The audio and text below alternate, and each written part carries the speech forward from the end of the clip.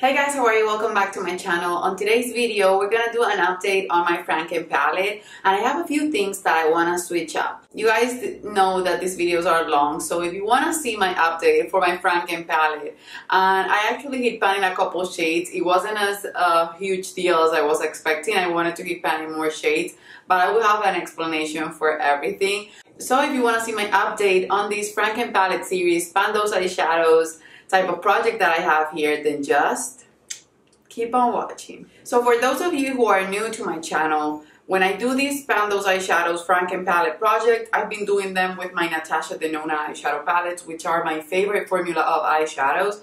And I actually created two Frankenpalettes that I have right here, and these ones are one with midi size shadows and then one with big size shadows. And what I decided on my last video, that I'm gonna just put this on a playlist so you can watch every single video that I've done. I wanted to just keep these palettes that I built with eyeshadows that already had pan, and I just wanted to hit pan in new shadows while using eyeshadows that I already loved. I figured that that doesn't work for me. The eyeshadows that have pan on them, they tend to grab me. So I want to use the eyeshadows that already have pan in them instead of creating new pans and focusing on shades that I usually don't use. I go back to those because those are easier for me. That's why they have pan in them. What I'm gonna do today is I'm gonna show you the two eyeshadows that I hit pan on, and I'm gonna put every single eyeshadow that had pan before in them on their respective palettes, and I'm gonna create just one palette because having two, I thought it was gonna work for me.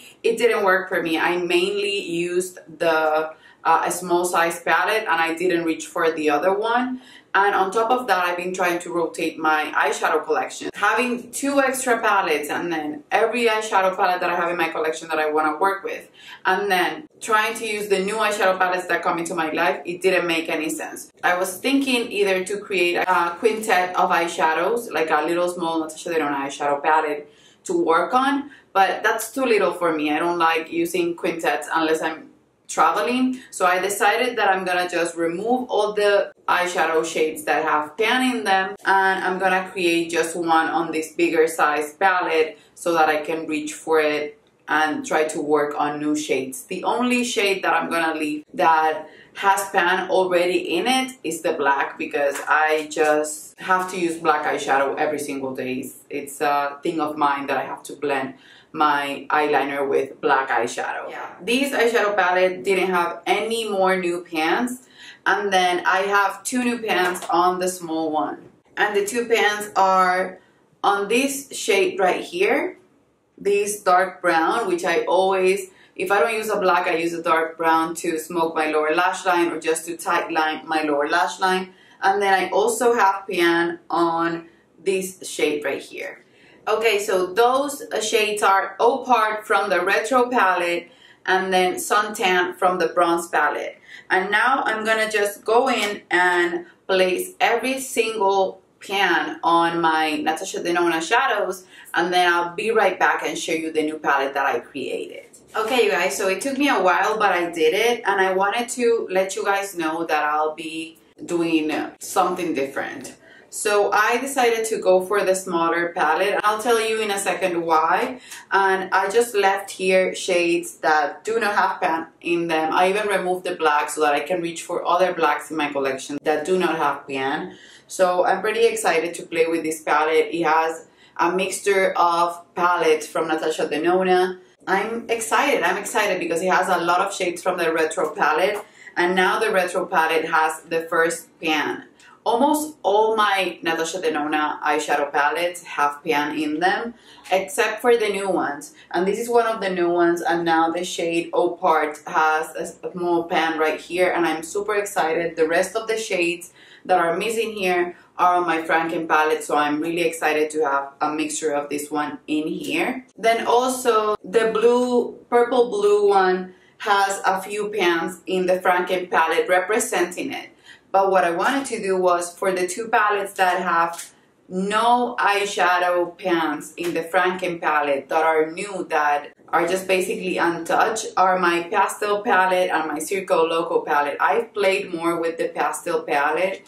I even put it on my favorites last month.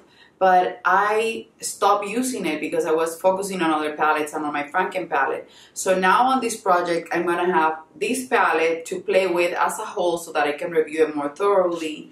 Then also the Circo Loco one, because I want to play with it more and have more pops of color to play with this one, which is more of a neutral palette. I'm gonna have these 3 on the project, and I'm hoping that next time I either have pan in one of these 2 palettes or more pans to remove from this eyeshadow palette. Let's just try it and see how it works. If I create a few pans on this one, I can place eyeshadows from these 2 right here, but I actually want to use these, since they are colorful palettes, on their own and see how I feel about them. I know the pastel one is an easier one, but the Circo Loco one, for me, it's all over the place, so I need to see if I would reach for it on my own without having it in a Franken palette. So that's actually gonna be it for this Franken palette update. It's a short one, but a good one. I heat pan in 2 shades. Now my retro palette has new pan, and I added 2 palettes to play with as I pan those eyeshadows, hoping that I heat pan in one of those.